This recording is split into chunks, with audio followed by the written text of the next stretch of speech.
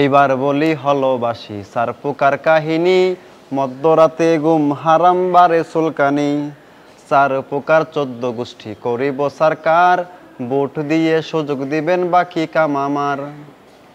তো যেহেতু আমি আমার নির্বাচনী প্রচারণার সময় ছারপোকা নিয়ে আমি ইস্তেহার দিয়েছিলাম এবং জারি গানের মাধ্যমে ছারপোকা নিধন করব সেটা সবাইকে বলেছিলাম, ভোট চাওয়ার সময় বলেছিলাম। তো তারই ধারাবাহিকতায় সামনে পূজার পূজার যে আসলে পূজার সময় যে আমাদের হল বন্ধ থাকবে, সেই বন্ধের সময়ে পুরো হলে একযোগে ছারপোকার মেডিসিন দেওয়া হবে। এটা আমরা অলরেডি হল প্রশাসনের সাথে কথা বলে ওই ছারপোকা পেস্ট কোম্পানির সাথে আমরা কথা বলেছি। তারা অলরেডি আমাদের সাথে কথা বলেছে এবং প্রায় 4 লক্ষ প্লাস বাজেট হয়েছে আমাদের হলে ছারপোকা নিধনের জন্য। তো এটা খুব শীঘ্রই এটা আমরা বাস্তবায়ন করব। শিক্ষার্থীদের সবচেয়ে বড় চাওয়া ছিল যে ছারপোকা নিধন করা, কারণ দেখবেন যে প্রত্যেক হলেই ছারপোকার জন্য আসলে শিক্ষার্থীরা ঘুমাতে পারে না। যখন আসলে সারাদিন কষ্ট করে ক্লাস টিউশন শেষ করে যখন আসলে ঘুমাতে যাই, তখনই হয় ছারপোকার মুহুর্মুহু কি বলে আক্রমণ।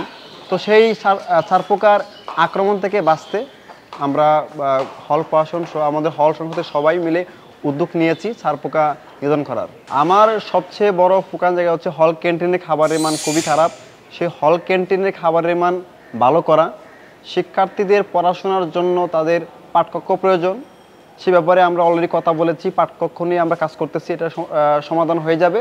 এবং 3 নম্বরে হচ্ছে হলের ছারপোকার সমস্যাটা দূর করা, যেটা অলরেডি আমরা বাস্তবায়ন করে ফেলেছি ইনশাল্লাহ। শিক্ষার্থীদের উদ্দেশ্যে বলবো, তারা আমাকে বিপুল ভোটে আসলে বিজয়ী করেছে। তাদের যে চাওয়া ছিল, আমার ইস্তেহারে যতগুলো আমি সমস্যা উল্লেখ করে সমাধানের আশ্বাস দিয়েছি, ইনশাল্লাহ প্রতিটি ইস্তেহার অক্ষরে অক্ষরে আমি পালন করব ইনশাল্লাহ। আমি শিক্ষার্থীদের বলবো, আপনারা হচ্ছে জাস্ট ওয়েট করুন, আমরা কাজ দেখাবো।